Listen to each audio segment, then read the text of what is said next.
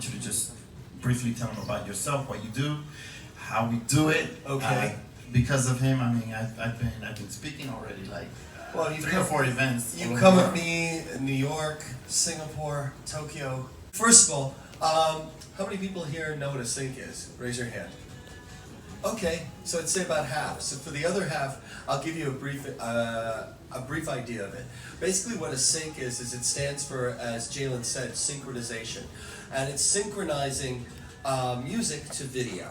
That's basically it. It's like if you think about somebody editing a TV show, or in this case, a game, it's inserting the music into it, syncing it up with the gameplay. And that... And you do have rights to do that, either your own stuff or license somebody else's. Exactly.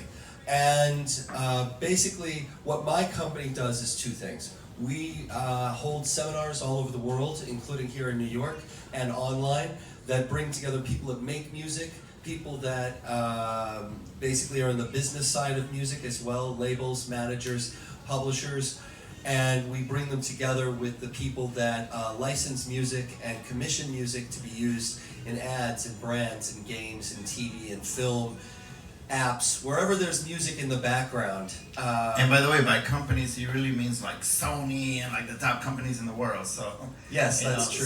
So I'm being a little bit broad, I like but that. you're I right. like that. And then on the other side, what we do is we actually work as a licensing agency, and we represent. Well, you mentioned Sony. We work with Sony. We work with like half the labels in Japan, and he knows that this is true. Yeah. It's not. I'm not just saying that. We work with like just about everybody. He's actually Japanese dressed as a white guy today. Yeah. I literally got off the airplane from Tokyo 3 hours ago. He is. So outside of that, I work with artists here. I work with artists and their music from all over the world, and basically what we do is we connect it to all of the different types of media that I mentioned. And basically people will come to us and they'll say, hey Mark, there's this new film that's going to be coming out on Netflix in a few months. We're going to need like this suite of music, or we need to commission somebody to write this piece of music. And then we'll say, okay, well, we can help you out, I think. Here's some things that we can help you out with, or we don't. And we say, maybe this person could help you out and do something with you. You know, you've got to treat people well, you've got to treat them with some respect, and you've got to come to them with an attitude of how can I help you with what I'm doing. And I think that that's how, if you want to look at it from my perspective, in music and licensing and creation of music for games, I think the first thing that people have to do, from my perspective, is that you've got to understand the medium that you're making music for, or you're trying to license your music for. You know, one of the things that we were speaking about is that there are platinum artists out there that never had music in a game.